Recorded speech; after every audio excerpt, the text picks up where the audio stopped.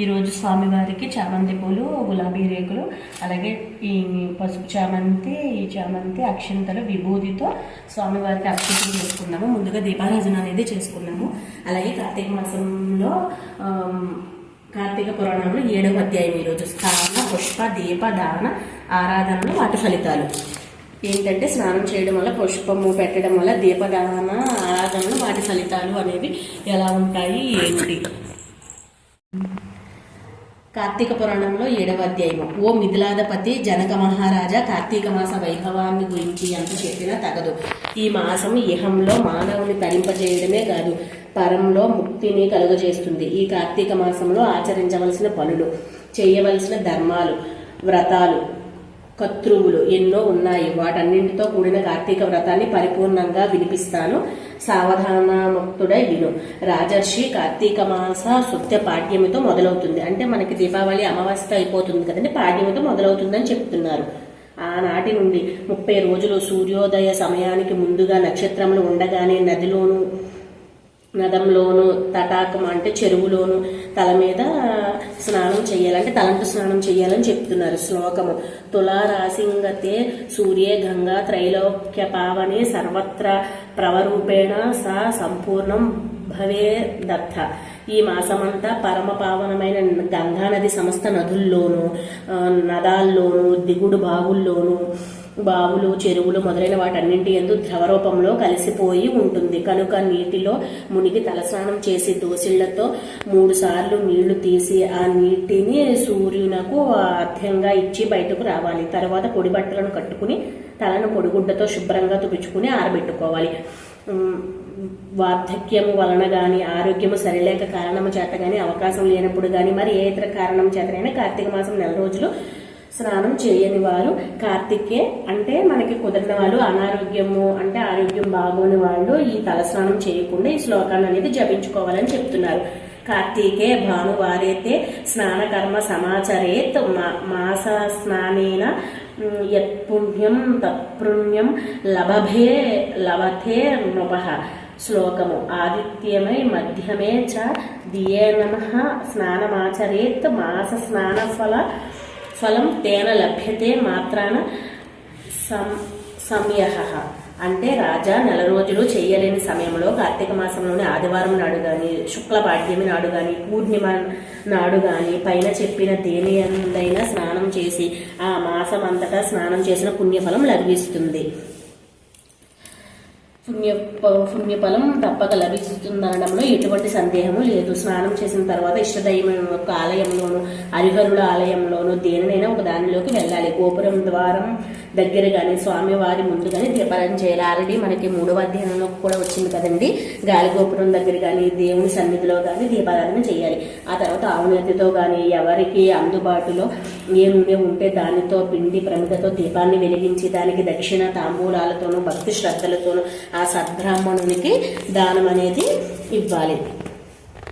శ్లోకము. సర్వజ్ఞాన ప్రదం దీపం సర్వ సంతృప్త భావయము దీపదానం ప్రదాస్యామి శాంతిరస్తు సదామయ.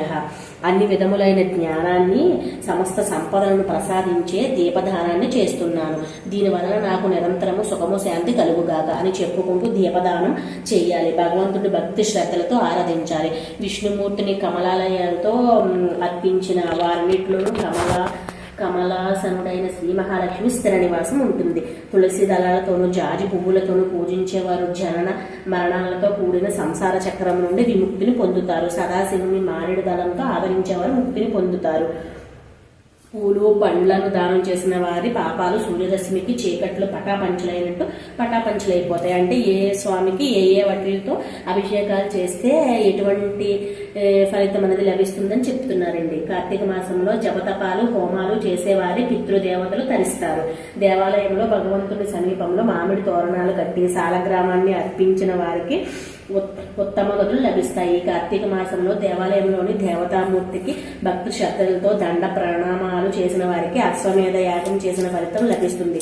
కార్తీకంలో ఉసిరి చెట్టు నీడలలో దేవతార్పణ చేసిన వారి కార్తీకంలో ఉసిరి చెట్టు నీడలో దేవతార్చన చేసిన వారి జోలికి రావడానికి కానీ వారిని తేరిపార చూడడానికి కానీ యమధర్మరాజు కూడా సాధ్యం కాదు. కార్తీక మాసంలో సాలగ్రామానికి తులసి దళాలతో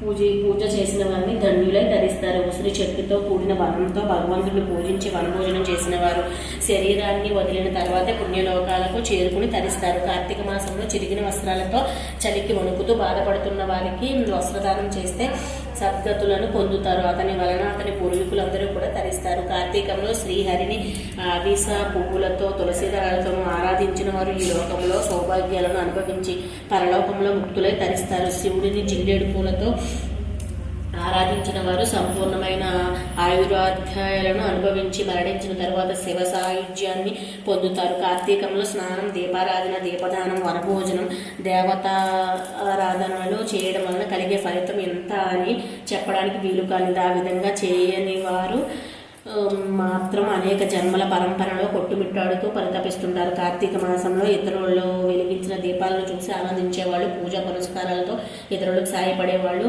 భగవతాధారణకు సమారాధనలకు సహకరించేవాళ్ళు, పురాణ కథ కాలక్షేపంలో పాల్గొనేవారు, ఆలయాలలో దేవతాస్తులను గానం చేసేవాళ్ళు ఈ లోకంలో సుఖశాంతులను పొంది పరలోకంలో దైవత్యాన్ని ఉండి చివరకు ధ్రువలోకాలని చేరుకుంటారు. కార్తీక మాసంలో సోమవారాలు, పూర్ణిమలు చాలా ప్రశస్తమైన పర్వదినాలు. ఆ రోజులో ఉపవాసం ఉండి సాయంత్రం పూజలు చేసి ప్రసాదంలో స్వీకరించడం వంశ సాంప్రదాయాలను బట్టి జరుపుకుంటారు. ఈ రోజులలో సమస్త కుటుంబాల వారు 3వ సోమవారం కార్తీక పూర్ణిమ రోజున తప్పనిసరిగా పూజలు చేస్తుంటారు. వీటికే కార్తీక నోములు అని పేరు. ఆయా కుటుంబాల వారు వారి వారి సాంప్రదాయాలను అనుసరించి వారి వారి పూర్వీకులు చేసిన విధంగా పూజాధికారులను నిర్వర్తిస్తుంటారు. ఏ కుటుంబము ఏ విషయంలో మాత్రం భిన్నంగా ప్రవర్తించదు. ఈ నోములు నోచిన కారణంగా ఆ కుటుంబంలోని వారికి మేలు జరుగుతుంది, సిరి సంపదలు లభించడం, మోక్ష సిద్ధి కలగడం అనేవి కార్తీక మాసంలో విశేషం. ఆ విధముగా ఆచరించాల్సిన వీటిని ఆచరించవలసిన ఏమాత్రం 7 అంటే 14 జన్మలు నక్కలై పుడతారని వశిష్ఠుడు జనక మహారాజుకి చెప్పినాడు. భగవంతుడు జ్యోతి స్వరూపుడనే కనుక దీపాన్ని ఆరాధిస్తే అజ్ఞానం తొలగిపోవడంతో పాటు జ్ఞానాది సమస్త సంపాదనను ఆ భగవంతుడిని ప్రార్థిస్తాడని వివరించాడు వశిష్ఠుడు జనక మహారాజు. ఇక్కడతో 7వ అధ్యాయం సంపూర్ణమండి.